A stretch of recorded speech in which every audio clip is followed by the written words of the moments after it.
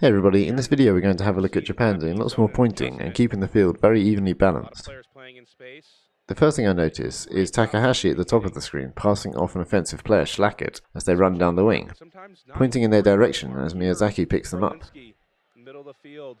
They just want to make sure all the options downfield are covered.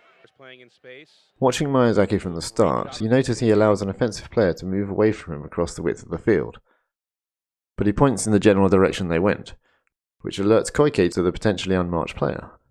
Not even worried about the mark here. Miyazaki tracks Schlachet for the remainder of this clip, continually checking in with the disc and the other defenders around him. Koike in the centre also points towards Schlachet as he moves down the line, and later gesticulates towards the deep space as he moves towards it. So why does he prioritise the deep space? In the backfield at that moment there are 3 defensive and 3 offensive players, meaning the situation is balanced. In the deep space, however, there are 4 offensive players and 3 defenders, until he arrives to help.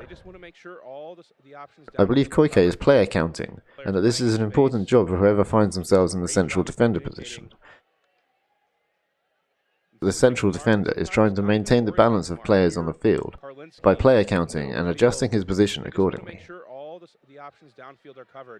which essentially leads to every defender having a mark, every offensive player being covered, and no area being overloaded, which often leads to a defensive breakdown. It is of course critical for them to stay in constant communication with the rest of the team whilst doing this, as they act like the central node in a network. By keeping track of the ratio of downfield versus backfield players, the central defender is able to position themselves to keep the field balanced. A fairly clear rule of thumb for the Japanese defense, which we can extrapolate from this clip, is one which we also identified in a previous clip: communicate the location of offensive players through gesticulation and vocalization. Especially important if those players are potentially unmarked, so you should do this every time you're close to an offensive player and then you allow them to get further away from you. These 2 elements of the Japanese defense work really well together, through each defender communicating where the potentially free offensive players are moving around the field, and trying to maintain field balance. The team can work together like a network, and are able to flex in order to cover the offensive team's movement and positioning, as commentator Bryan Jones makes note of during this point. I think the zone can flex a lot due to the formation of whatever the offense tries to do, because they're worried about always finding a new man to cover. This level of teamwork lifts the ceiling of what is usually expected from traditional approaches to defense.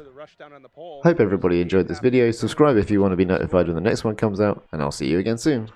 Thought about going over the top. Kurosawa is the deep for Japan. Way downfield to the left of our shot. Kittredge has come back into the handler core for the moment.